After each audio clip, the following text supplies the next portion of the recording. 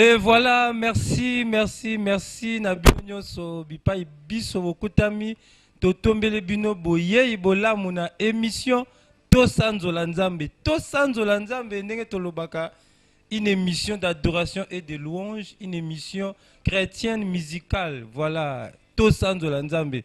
Et voilà, to sanzola nzambe zalaka na trois rubriques. Rubrique aliboso yangwana to sanzola nzambe. Rubrique mibale ezalaka ba invité oyo tokendaka bipai na bango ou bien bayaka awa na plateau ya Équateur Service Télévision et rubrique ya souke ezalaka nde voici l'adresse to ba ko pesa bino ba adresse oyo esunga pe bato ebele ba adresse esika ba séminaire ezali ba campagne d'évangélisation ba programme ya ba église makambo oyo yebi ke no eza ko concerner kaka nzambe makambo ya nzambe nde biso tozawa na sima sima nango pona ko informer bino ko yebisaka bino likambo ya ko sanzola nzambe etalaka même pas oyo azopema soko etalaka même pas o ngai na ngana kipaka makambo wana te bon tango ka ozoloba malobo ozoloba na pema oyo ozopema wana nde yango wana mokolo pema akomi na liloba na yeke nyonso oyo ezopema esengeli ekumisa yawe yango wana biso tolobi tosanzola nzambe. Et voilà, na ko continuer te sans pourtant na remercier équipe technique oyo ezaka toujours wana pona ko accompagner biso Joy Chris na réalisation ngimbi lelo lobinga pe na kotika tenga pe na koti na masola ko sanzola nzambe ye wana derrière la caméra ngimbi Kesne nzamba pambola yo. Et na moni kuna na régie finale pona mokola lelo bango mibale balobi te biso pe tokotika te esengeli to sanzola nzambe blood blood Desmond et Polange Bitodi bangwana noko blood merci nzamba pambola yo et Polange Bitodi nzamba pambola yo pona tina ko sanzola na biso elongo lelo na émission to sanzola nzambe na pesi mbote mingi na pasteur Ilo Philippe Oazolanda biso depuis quelque part nzamba pambola yo pasteur Ilo Philippe ya église Rehoboth Tabernacle kuna na Ritaba numéro 11 bande konanga nyonso nzamba pambola bino déjà émission na bino yango yo bolingaka boye bako soutenir toujours biso na mabondeli. Et voilà tokoko ba tozona no loyembo moko oyo ndeka to sanzola kanzambe landa message a loyembo yo tozwa loyembo Joy Chris pesa biso loyembo yo bongo tokutana bandeko après.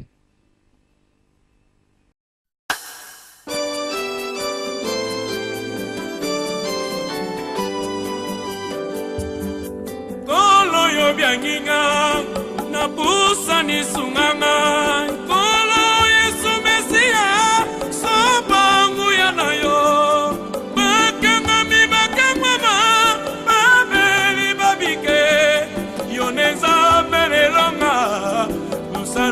yosunganga yoneza menelonga belema yosunganga kolo yo byanginga na pusa ni sunganga olimo mosatu sobangu ya nayo salelanga minene boyo nebikamwe yoneza menelonga belema yosunganga yoneza menelonga usana yosunganga yonde mosantu yonde bolamu na ngai elikia pe kondima na ngai elembi te kokumbamela yo o Yesu yo esimbanga kotikaka ite nazala mosusu te bobele yo ye yawe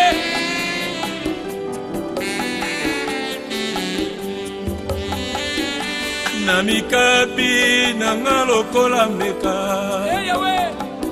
na pesi nyonso ya ngai esalela yo salela ngai lolengelingi yokolo. Et voilà, merci Joy Chris na loyembo kitoko pesi biso na kanisi te loyembo esepelisi ndeko na ngai depuis Turquie oyo azolanda biso na internet kombo na ye Abed Asumani nzamba pambola yo loyembo esepelisi yo ndeko na ngai Israël Lodi nzamba pambola pe ndeko Israël Lodi kuna na Paris et merci beaucoup bino nyonso bozolanda biso partout to sepeli na yo ndeko mwasi okomela ki biso je crois eza Rachel Lumbwe depuis Londres nzamba pambola mingi na message na yo otindela ki biso et voilà tozo koba to sepela ki ke à travers loyembo oyo to meka ko vraiment ko sala ba hommage vraiment na la prophétesse des nations Dorcas Angolo oyo auti kotika biso vraiment maman Dorcas atiki biso silikowa donc azongisaki molimo na ye pa ya kolo nzambe vraiment yango na tolobaka ntango nyonso boyebaka kosanzola nzambe mpo oyebi mokolo te soki liwe eyebaki mama prophétesse soki liwe eyebaki ke ngai yo oza pasteur soki liwe eyebaki mingongo soki liwe eyebaki mbongo en tout cas moyen te vraiment toyebaka kosanzola nzambe tala mama oyo atiki biso mama Dorcas Angolo responsable ya église Amour Infini église oyo ezwami na rue Mouila na arrêt 753 kuna na Wenze vraiment nzambe asunga liboto eza éprouvé nzambe apemisa molimo na kimia vraiment to sepeli et puis mama Dorcas apemi na ye apemi eza eloko akobunda te akoswana te vraiment nzambe asunga biso ba totika na bomoy et puis toyebi ke mama Dorcas azalaki pe animatrice ya émission moko la main de l'éternel émission la main de l'éternel je crois que émission ne sunga bato ebele oyo mama Dorcas Angolo azalaki co-animé et voilà atiki biso molimo ne pe malakimia vraiment nzambe asunga biso et toleki na sango mosusu wana tozoko ba émission to sanzola nzambe et na sepelaki kopesa bino ba adresse déjà parce que tozo sanzola ka nzambe za ko sanzola nzambe toyebi et voilà avant tozwa nano ba adresse oyo toyoka lisusu mwa loyembo mwa extrait ya loyembo oyo et puis to se retrouver juste après. Nzambe nakumisi kombo na yo likeke na likeke yo nde nzambe mama na yo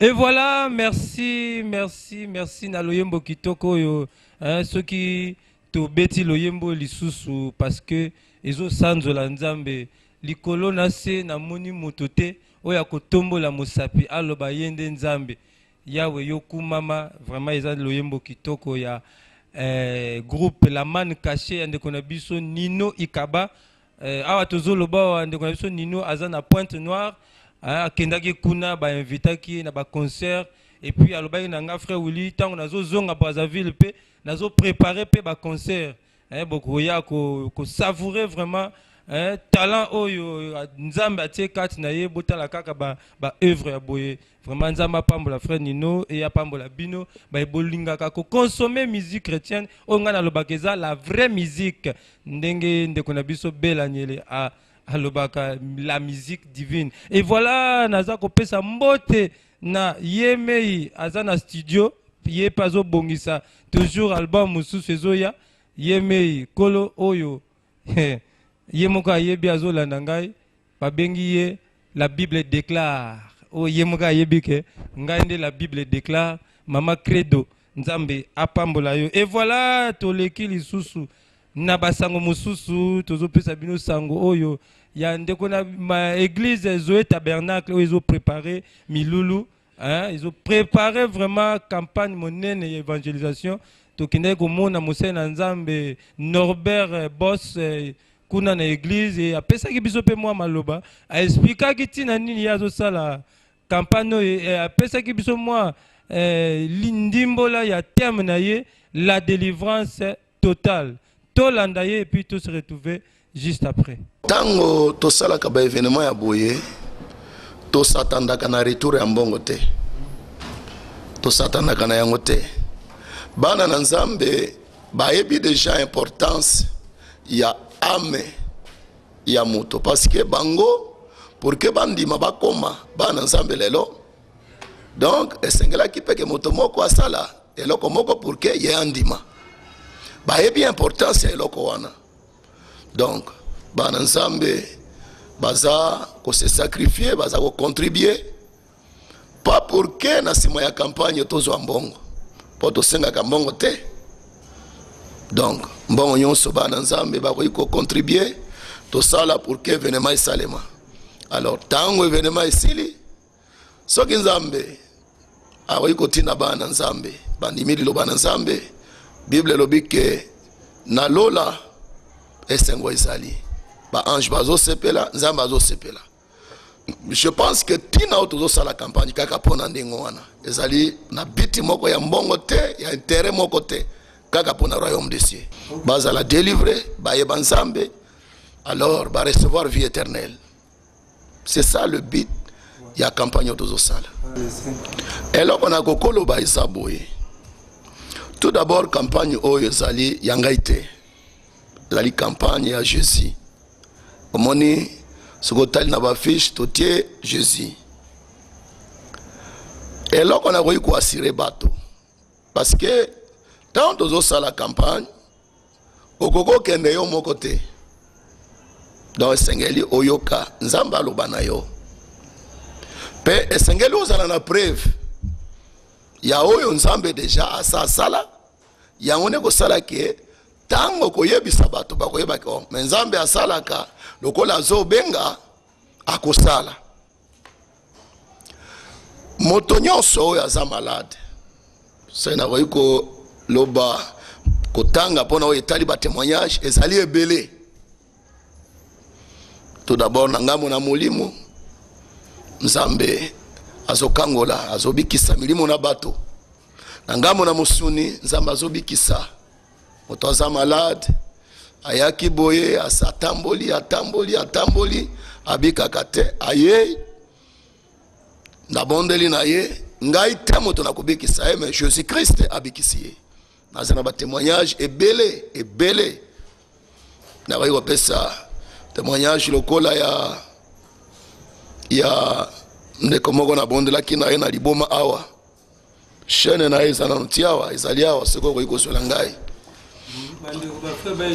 Oui, azalaki na liboma na bondelaki na ye pe liboma na ye esilaki azalaki ya mobali autaki de kuna ifondo. Nango ya chaîne bandiko bamona oyo eza chaîne oyo bakangaki ye donc etikala na chair on etumbelo. Eza pe na ndeko mususu ya mwasi aza pe kana église na ngai awa ye pe azalaki na liboma komona ye ifona azali awa donc na bondelaki na ye pe abikaki na bondelaki na ndeko mususu Vincent oyo azalaki na sida na bondelaki na ye pe ake asali ba examen résultat ebimike azana sida te. Na bondelaki lisusu na sœur belle vie Bill na ye na lingala babengi yango nzongo. Bill eza eloko esalaka ke soki moto azolia biloko yango ezokita après biloko échanger ebimi na se. Bill na ye ezalaki boucher bamemaki ye na ndako na ngai bon azakao ye na mobali na ye na taxi ntango na bondeli na ye nzambe atelemisi ye sur place mpe atamboli akei na bondeli na ser moko Dorette na hôpital ya CHI bare na ye ezalaki ya kopola e azalaki prête pour que basala opération lobi na kei kuna na bondeli na ye na lobi landa prière na ngai na bondeli na longoli opération na lobi nzambe nalingi te ke basala opération pe na yebisi nzambe ke changer bare na ye longola bare oyo ya kala nzambe alongoli bare ya kala pe basala opération te donc nzambe apesa ye bare ya sika na bondeli na mama azalaki na mwana aza ya mwasi na libumu alobi nazobota kaka basi paster bondela akena échographie lobi mwana wana azali mwasi alobi paster en tout cas bondela pour que mwana wana azala mobali na bondeli nzambe abongoli mwana oyo azalaki mwasi yako mobali nalingi koloba ke batémoignage ezali ebele oyo Yesu Kristo azali kosala ngai te moto nazosala Jésus Christ ya moto azosala basi oyo babotaka te baza kobota Yesu azosala makambo ebele moto oyo aza malade abanga te koya soki akenda na bakampagne ebele abikaka te mais nalobi te ke bato wana baza basali na nzambe te baza basali na nzambe me ngai nabengi bango ke baya na campagne oyo Jésus Christ azali wana pona ko délivrer bango totalement akokangola bango na mobimba le Congo Emile bon kolo asale yo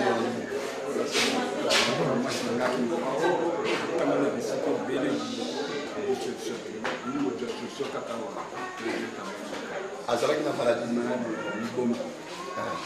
baka bato mashuba na ya shuba na bato atamba na tamba te kutana service na ameminga ya wana yi usalisa ni awa na prière ka usalisa ça dit tant kaka sali prière pasteur abondeli bona maladie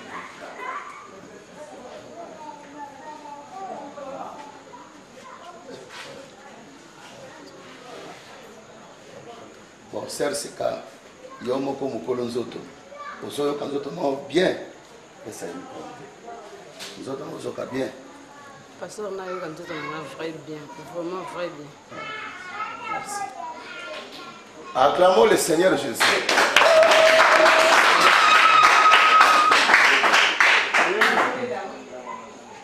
donc ndeko mwasi oyo abelaki liboma batambolaki na ye bisika mingi mais ntango baye na ye awa tobondeli mpo na ntina na ye paster abondeli na ye nzambe abikisi ye nzambe yango kombo na ye Yesu Kristo tika kombo na nzambe na biso ezwa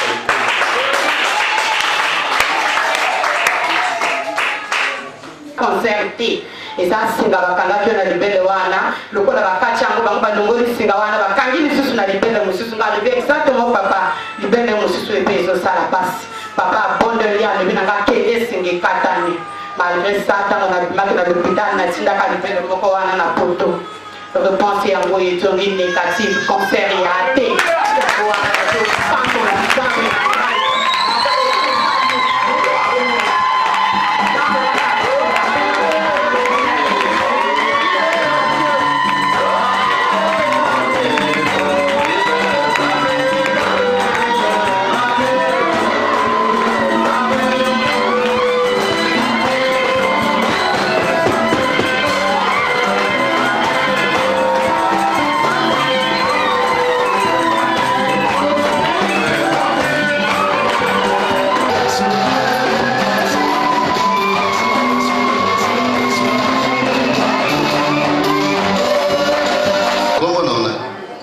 yesu eloko nini nzambe asali mpona yo? bon nazalaka na bokono ya sida me nzambe asalinga grâce asilisi yango. asilisaki yango ndenge? donc ntango babondeli na ngai. nani abondelaki? Pasteur Bose, ntango babondeli na ngai apres nake nasali visite apres bamoni sida te. sida esili nani apekisi yo? komona ngai zakisi ya toaski. ozalaki kobela nini frère? babengi ngai na mosala nakei kodemare ka masuwa natya na mopanzi balongola eloko moko na kati ya masuwa. nademare ka masuwa nakei natiki ka na mopanzi nazongi ndako esili makolo ebandi kovimba. nademare encore moto na ngai nakei kokanga place wana nafungolaki mpo na mvula melor wana nazongi nasuki ka na kati ya ndako. navandi eloko ngo ezomata kaka tobimi koluka place ya kosoigne totamboli ti namoni ke ezosimba bien te nga mpe navandi na ndako natei na place yango ovandaki sans aboni. tovandaki déjà esali 3 mois donc tobimi na kote ya motu wana azosalisa ngai wana nalobi te il faut que nakende ovanda na ndako parce que place wana nazovanda eza bien te epuis bana na ngai mpe bavandi na place mosusu.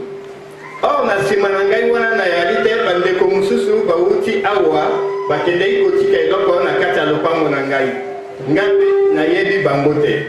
lor wana nabimi esali quelques jours bandeko wana bayi nga mpe nayebi bango te. nabimi kaka na makolo ngai kaka kotingama boye nabimi namoni ndeko oyo atelemi wana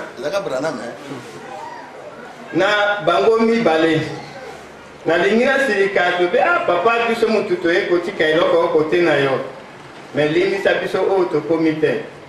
apres na nsima alobi na nga me papa oyo ozobela oye kote na biso te mpo na nini? nga namoni ka ye ti nalembi koloba nalobi nayoki bakei dimanche ya liboso babengi ngai nga na boli na ngai nalobi na okende te. navandi batindi encore maloba mwasi na ngai alobi me bazobenga yo okoyaka te biso tokende. ekomi na dimanche ngai natelemi na debrouille ti tokomi na église naye kokota kosala prière. na suka ya prière naye kotala papa. papa asali prière mpo na ngai makambo ebele me moyen mpe naloba eza te. na suka ya prière natuni papa me na makolo na ngai wana mutu wana abengaki ngai kosala mosala wana alobi akotika ngai te. ngai na ye tokovoyage naye kotuna me ngai nazovoyage eske nakokende bien nakozonga u nakokende libela? alobi na ngai tosala prière. lor wana akoloba okokende okokende te alobi otikala otikala. asali mpe prière alobi na ngai okokende okozonga eloko tu. sikoyo mokolo ozoyoka ndenge nini? ngai nazotambola bien. nani abengisi? kodenge tokabikisi ngai. acclamons le Seigneur Jésus.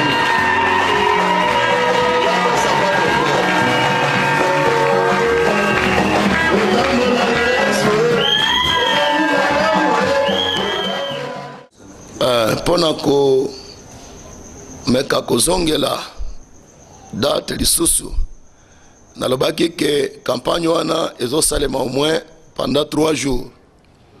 eza le 4, le 5, le 6 août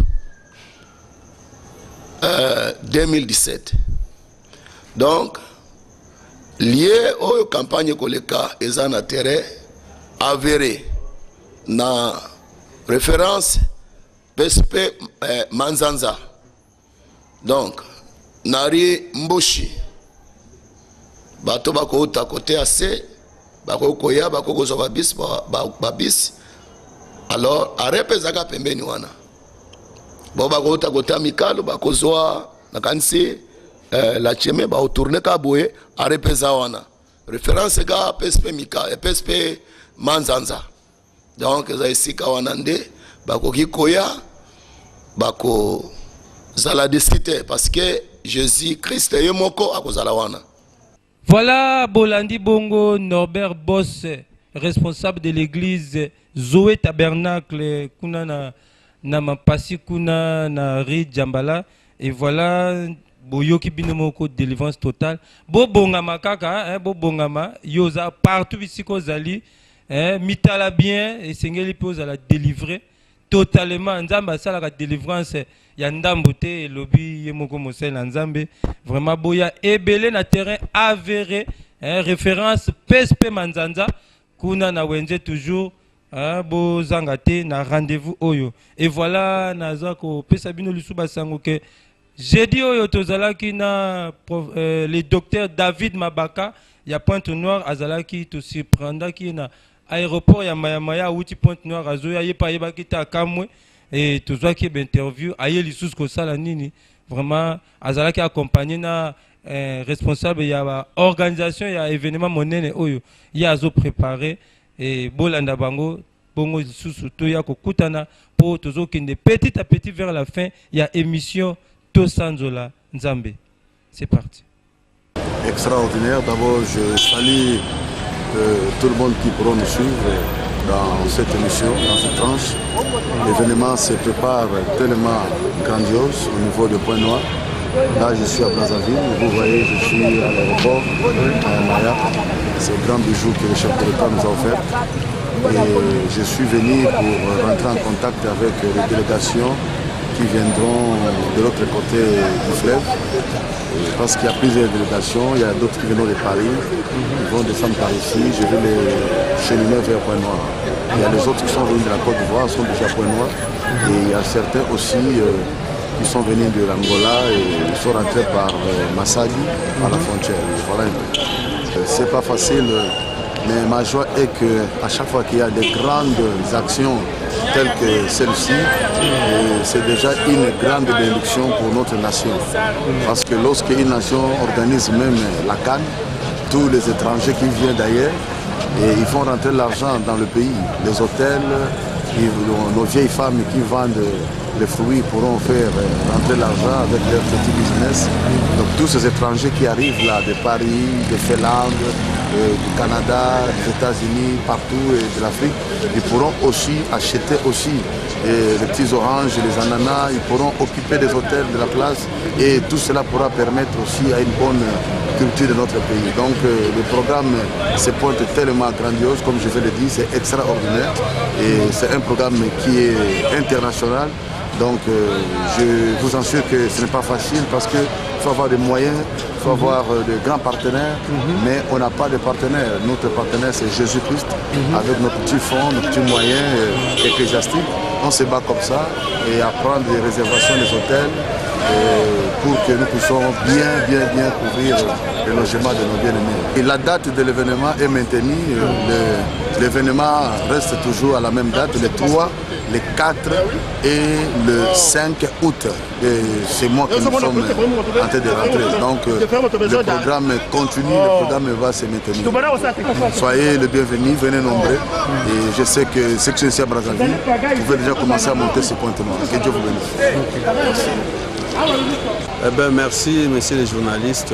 Si nous sommes là, c'est pour vous confirmer et vous rassurer que le programme là est effectivement réel et effectif. Parce que si nous avons quitté Pointe-Noire, là nous sommes à l'aéroport de Mayamaya. C'est pour informer à ceux-là qui étaient à Brazza de ne pas manquer du 2, 3, 4, 5 août à Pointe-Noire. Nous avons ce grand événement dans le stade Omnisport de Pointe-Noire où Dieu a fait grâce et que cette activité se réalise. Et si nous sommes aussi, c'est pour recevoir les gens qui viennent de Paris, de Kinshasa, du Gabon, pour les ramener à Pointe-Noire. Donc voilà, pour vous rassurer. Et c'est des Brazza déjà profiter déjà d'aller pour participer dans cette grande activité. Et voilà, je pense que notre figure c'est connu. Si nous sommes là, c'est pour confirmer que l'organisation se fera bien et ça est déjà en train d'être effectué. Donc je remercie aussi cette chaîne qui nous a reçus juste à l'aéroport Équateur Service. D'abord, je dis shalom, shalom à tous ceux qui sont en train de me suivre en ce moment. Partout dans le monde, je vous dis shalom, soyez bénis mes frères et sœurs. La grâce de l'Éternel est sur vous parce que le bon Dieu de grâce a prévu cette opportunité sur YouTube et que vous puissiez me suivre encore. Je suis revenu ici à Brazzaville pour la deuxième fois. C'est pour rentrer en contact avec tous mes invités des marques qui viennent partout dans le monde parce qu'il y a une délégation qui est venue de Finlande, il y a une délégation qui est venue de Kinshasa, il y a Papa Kabundu Alessa qui est mon père, à qui je salue encore ce soir, et Maman Angèle et tous les enfants des centres de réveil spirituel. Que le Dieu vous bénisse. Charisme. Alors, tous ceux qui sont à Montréal et Paris, parce que bientôt, 26-27, à Paris, je vous salue. Donc, il y a des délégations qui viennent de partout. Il y a ceux que nous recevons au niveau de Pointe-Noire, et qui viennent de Cabinda, de l'Angola, et de la Namibie, de l'Afrique du Sud.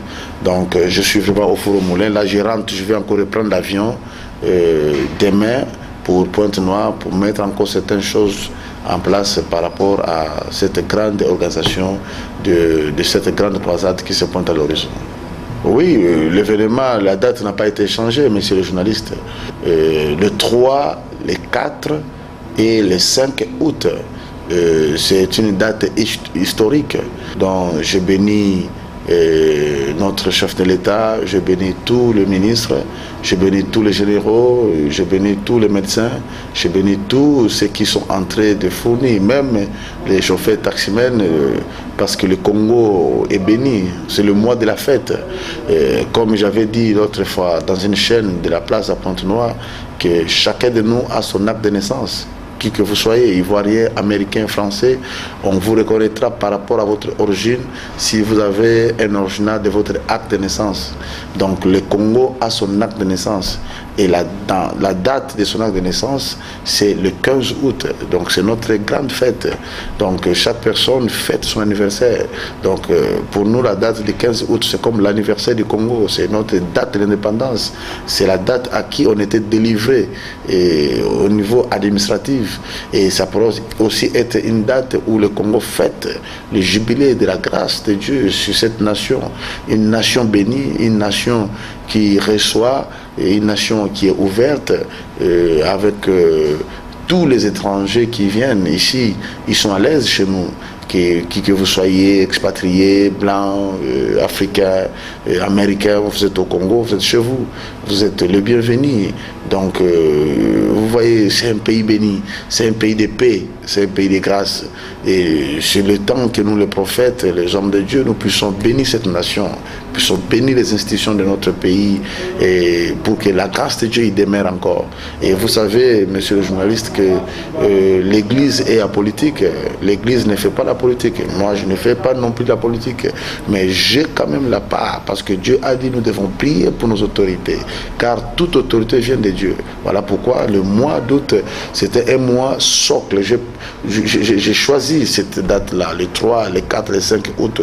C'est notre première semaine du mois d'août, afin que ces programmes d'évangélisation et que nous prions pour le pays, nous prions pour la nation, nous prions pour que le Seigneur bénisse le Congo, afin que cet programme de la croisade soit comme le socle par lequel amènera le peuple dans la fin de cette année, dans la joie, dans la grâce, et surtout que nous sortons aussi des élections municipales, les élections qui vient de se passer au milieu de nous, c'est des élections de la paix, parce que tout le monde est content et tout le monde est tenté de bénir le Seigneur parce que tout est passé dans la paix. Il y a de mauvaises bouches, de mauvaises langues qui ont confessé que ça sera comme ça, mais nous sommes contents parce que moi je suis en prière de 50 jours, vous voyez, donc le Seigneur est tenté de faire de grandes choses.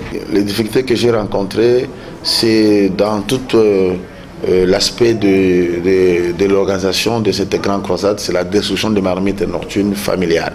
Vous savez, dans chaque chose, il y a toujours les opposants. Et même dans la famille, lorsqu'on grandissait, je me souviens, moi, avec ma grande-sœur aînée, à qui je venais après elle, on avait toujours la guerre à tout moment.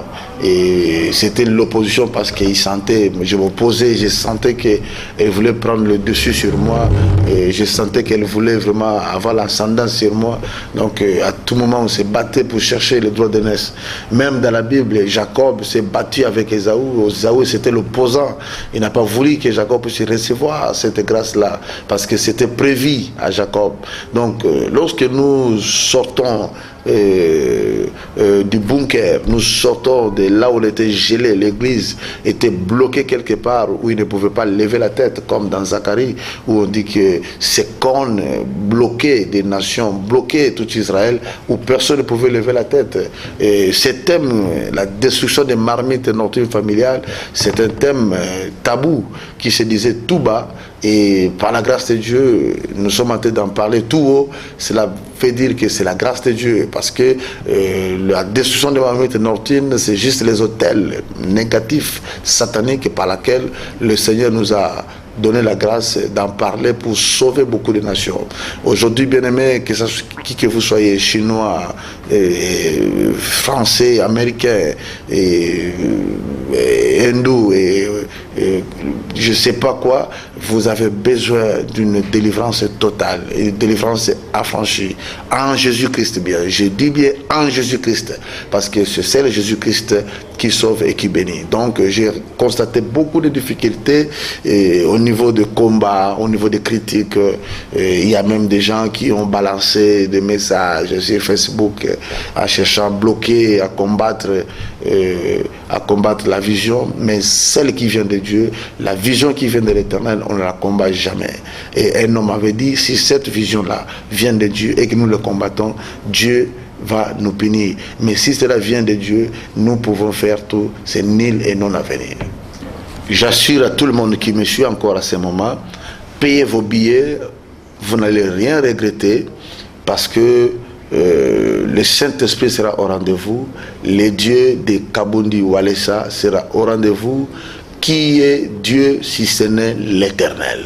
Parce que les marmites nocturnes ne régneront plus jamais, et les gens qui avaient foi à ces marmites, qui avaient foi à leur totem, à leur puissance négative, ils verront leur marmite être écrasée par la puissance de l'Éternel. Voilà pourquoi mon père Kabundi Walesa a dit, qui est Dieu si ce n'est l'Éternel? Donc cela veut dire, le Dieu de sirènes ne sont pas des dieux, le Dieu de marmite ne sont pas des dieux, le Dieu de serpents, de pitons ne sont pas des dieux. C'est lui qui est Dieu, c'est l'Éternel. C'est tout ce que David voulait montrer à Israël, c'est tout ce que David voulait montrer aux yeux de tout le monde, en disant que c'est Goliath que vous voyez, il vient avec son Dieu, c'est le Dieu des Philistins, mais l'Éternel restera le véritable Dieu dans les défis, dans les combats, à qui le Seigneur va te défendre. Donc je parle aussi de mon père Kabundi Walesa, pour tous ceux qui les connaissent, tous ceux qui apprennent aussi à les connaître. C'est un homme bien, un homme qui parle bien, un homme qui est venu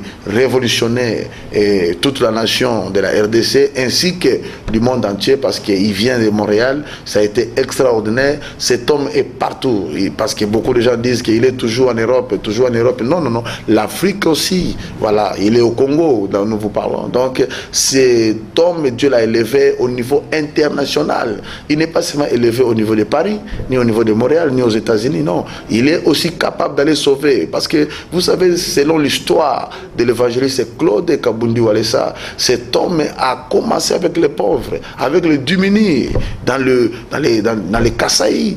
Il n'était pas à Paris à ce moment-là, il n'était pas à Montréal à ce moment, ni à Pointe-Noire, mais il était encore avec les siens, parce que la Bible déclare, pour sauver les âmes, pour le souci de l'évangile, avant d'aller faire les exploits ailleurs. Commencer d'abord à Jérusalem, à Samarie, jusqu'à l'extrémité de la terre. Donc lui, il a commencé dans sa Jérusalem, qui est son village natal. Et là-bas, il y a eu des exploits. Moi, j'ai vu les images où le chef du village, papa sortait d'un programme de prière, et le chef de ce village-là, lui, avec tout son peuple, lui ont offert un cabri, un mouton blanc. Et l'homme de Dieu a dit, et pour que je croie que ce mouton a été donné avec tout votre cœur, que ce mouton crie. Et le mouton lui-même a crié. Ben, les gens ont acclamé. Qui peut faire parler même un muet, un mouton qui n'a pas la conscience, qui n'a que l'instinct, mais il écoute la voix de l'Éternel. Qui est Dieu si ce n'est l'Éternel? Oh, que le Dieu de Kabundi Walissa vous bénisse. Si vous n'avez pas encore pris votre billet, prenez votre billet dans votre agence. Venez sur Pointe-Noire. Pointe-Noire, c'est le point terminus maintenant. Dans l'Afrique, en fait de sauver des nations, en fait de sauver des peuples, en fait de sauver plusieurs personnes.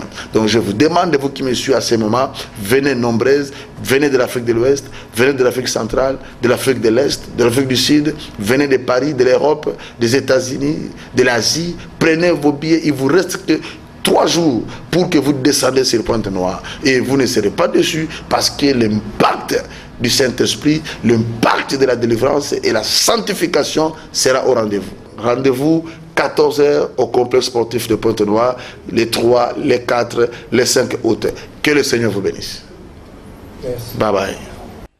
Et voilà, Bolandi Binomoko, le docteur David Mabaka, il y a Pointe-Noire. Et ça lui bino plaisir à trop. Naïbi que mingi baza au rendez-vous, baza ko sombaka ba billet, baza ko lukaka ba visa de partout pour na ko assister na maman événement monene oyo na Pointe-Noire, hein, la destruction des marmites nocturnes familiales. Et voilà, tozoko ba toujours na émission to Sanzo Lanzambe et nazo pesa bino lisusu ba sango oyo ya apôtre Stevie Nyanga, hein, responsable de l'église Les Rachetés du Christ. Voilà, oyezwami na rue Boya Mikalu, na rond-point Mikalu, rue Boya 40. Et Kalamingi teye pas au préparer maman événement lisusu. Mo bangé na séminaire oyo kozala na église na ye kuna zo bongisango na mois d'août awa. Pasteur Steven Nyanga iskazo landa biso nzamba pambola ye pour ko bongisa makambo boye sungaka vraiment bato mingi na ba difficulté na makambo ebele. Et ezal bongo deuxième édition ya séminaire Jésus miracle. Voilà, tokozala na ye ne ba émission prochaine ye moko akoya ko expliquer biso Jésus miracle ezali susu nini. Ndenga lobi tokozala na ye to la saki invitation alobaki na akotala mais tu ebi que akozanga te koleka na ba micro na ba plateau na biso ya émission to Sanzo Nzambe pona kosolola na bana nzambe na likambo etali séminaire na ye oyo babengi yango Jésus miracle kuna na église le racheté du Christ oyo ezwami na 40 rue Boya Talangai Mikalu juste na terminus à Mikalu ano tali rue Boya numéro 40 comme na église le racheté du Christ et pas il y a pasteur Stevie Nyanga nzamba pambola ye. Et voilà tozo kende petit à petit vers la fin. Merci mingi na bino nyoso oyo bolingaka émission to Sanzo Nzambe nalobaka pona souffle de vie oyo nzambe azopia biso d'abord esengeli to Sanzo Nzambe wana makambo ebele ya azosala biso azobatela biso na kimia vraiment esengeli to Sanzo Nzambe to kumisaka ye et biso to sepelaka mingi bo consommer musique chrétienne parce que yango nde la vraie musique. Nzamba sala yo te obinela mulange masanga, nzamba sala yo te obinela mwasi, obinela soki nzete, obinela mbongo, obinela soki nini, mais nzambe akela yo pona lokumu na ye yebaka ko Sanzo Nzambe. Et voilà tope malisusu mo moke na loyembo moke oyo ya mokusi oyo Joy Chris bongisa solo yembo wana to bina nanu to Sanzo Nzambe wana to sopela ye milimo na biso to pesa ye mikuma na biso nyonso toza nango ezala pona mosala na ye. C'est parti.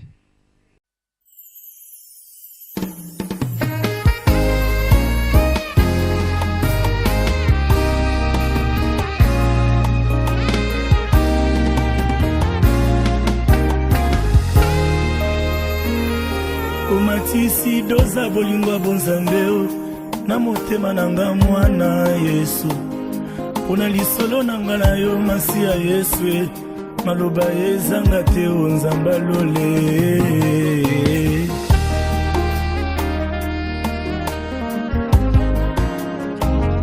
Je suis prêt à plaider la folie de mon amour pona Yesu nandimi na belata liboma naboyi nazala complice alibebi nanga moko asi ya Yesu esumbelanga motema navande pa ozali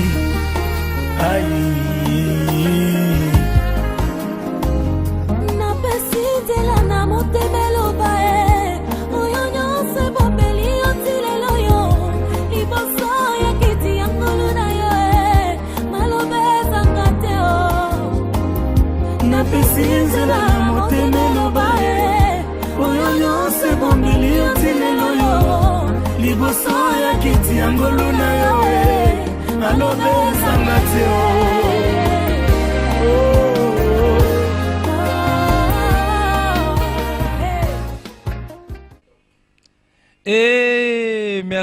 merci na loyembo kitoko oyo bato bayebi nga na seka na nga kaka ntango na sekaka wana ezalaka mpona kotalisa ke kimia ezali soki nzambe eza na ngambo na nga nayebi te nani yango akotelemela ngai nayebi moto wana te epuis nga nayebaka ke soki eza na mabolongo moko quelque part mabolongo wana esengeli egumbamela Yesu Masiya soki eza na lolemo moko quelque part lolemo wana esengeli etatola ke Yesu Kristo yende nzambe et voilà yango wana nazaka toujours nesengo na monaka te nani oya kokani na nzambe wana et voilà merci beaucoup na équipe technique oya accompagné ngai Kesna Ngimbi derrière la caméra wana tozo profiter pena ko senga na nzambe asunga mama Chantal oyo azolanda ba traitement depuis Pointe-Noire azo bela nzambe atia loboko ke mama na biso abika na kombo na Yesu et voilà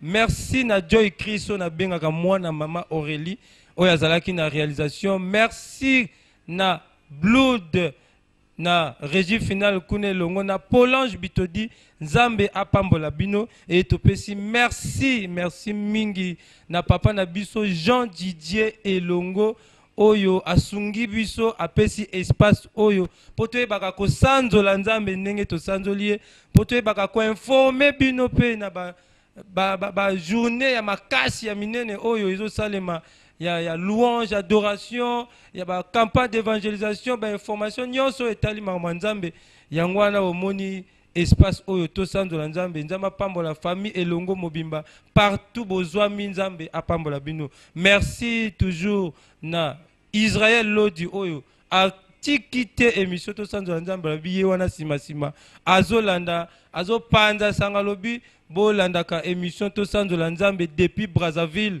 et voilà nzambe apambola mboka oyo nzambe apesi biso kimia vraiment tozo sanzola nzambe wana lolenge nini azobatela biso et voilà tokomi na suka vraiment merci beaucoup merci tosengi bobele lisungi na bino na ma prière prophète Aubin bisika ozwami prophète Aubin ko lembate ko bondela pona biso émission to sanzola nzambe toujours ezalaka pour que sungaka bana nzambe esungaka baye nyonso bazopema pona lobaka soko zopema émission ezo concerné yo soko zopema et voilà nzamba pambola bino tokutani mikoleza koya mikolezo ya soki nzambe wana déficit biso lisusu pema apesi biso makoki tokutani mikolezo ya ciao nzambe apambola bino na mabota na bino.